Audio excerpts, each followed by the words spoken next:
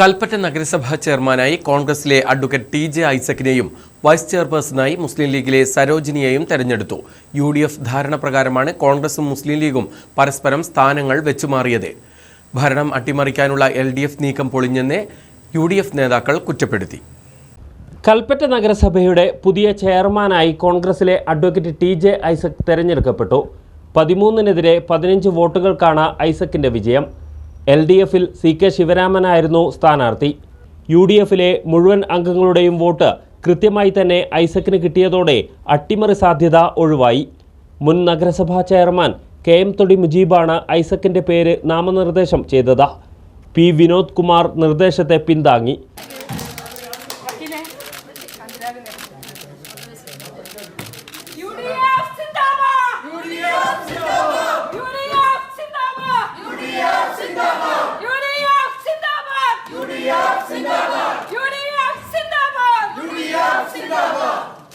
ഐസക് സത്യപ്രതിജ്ഞ ചെയ്ത് അധികാരമേറ്റു. കൽപ്പറ്റ മുനിസിപ്പൽ കൗൺസിലിൻ്റെ ചെയർപേഴ്സണായി തെരഞ്ഞെടുക്കപ്പെട്ട അഡ്വക്കേറ്റ് ടി.ജെ. ഐസക് എന്ന ഞാൻ നിയമാനുസരണം നടപ്പാക്കിയ ഇന്ത്യൻ ഭരണഘടനയോട് യഥാർത്ഥമായ വിശ്വാസവും കൂറും പുലർത്തുമെന്നും ഉച്ചയ്ക്ക് ശേഷം നടന്ന വൈസ് ചെയർപേഴ്സൺ തെരഞ്ഞെടുപ്പിൽ മുസ്ലിം ലീഗിലെ സരോജിനി വിജയിച്ചു.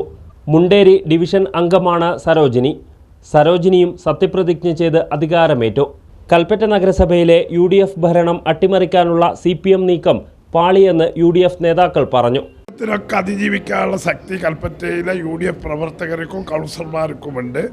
യു.ഡി.എഫിൻ്റെ വോട്ട് കൊണ്ട് ജയിച്ച കൗൺസിലർമാർ യു.ഡി.എഫ് നേതൃത്വം പറഞ്ഞ ആ നിലപാടനുസരിച്ച് പ്രവർത്തിച്ച് യു.ഡി.എഫിൻ്റെ ചെയർമാനി വൈസ് ചെയർമാനി തിരഞ്ഞെടുക്കപ്പെട്ടു. CPMൻ്റെ കുതന്ത്രം എല്ലാ കാലത്തും കൽപ്പറ്റയിലെ യു.ഡി.എഫ് പ്രവർത്തകരെ തിരിച്ചറിയാനുള്ള വിവേകവും ശക്തിയും ഒക്കെ കൽപ്പറ്റയിലെ യു.ഡി.എഫ് പ്രവർത്തകർക്കുണ്ട്.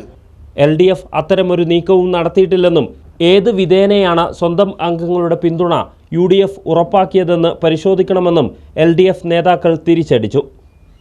ആളുകൾ ചാക്കിട്ട് പിടിക്കാൻ വേണ്ടിയിട്ട് പണവുമായി പുറകെ പോകേണ്ടി വരുന്ന ഒരു സ്ഥിതിവിശേഷം ഈ നഗരസഭയുടെ ചരിത്രത്തിൽ ആദ്യമായിട്ടാണ് ഉണ്ടായത്. അത് ദൗർഭാഗ്യകരമാണ്. ഒരു തരത്തിലും അങ്ങനെ സംഭവിച്ചുകൂടാത്തതായിരുന്നു. പക്ഷേ ചിലരെങ്കിലും അതിന് വശംവദരായി പോയി എന്നുള്ളതാണ്. പ്രതിപക്ഷത്തെയും ഭരണപക്ഷത്തെയും പരസ്പരം ഉപയോഗപ്പെടുത്തുന്നതിന് വേണ്ടിയിട്ട് അത്തരം താല്പര്യക്കാർ ശ്രമിക്കുകയും അതിൻ്റെ അടിസ്ഥാനത്തിൽ ചില നേട്ടങ്ങൾ കൈവരിക്കുകയും ചെയ്തു എന്നുള്ളതാണ് വസ്തുത. News bureau, Kalpetta.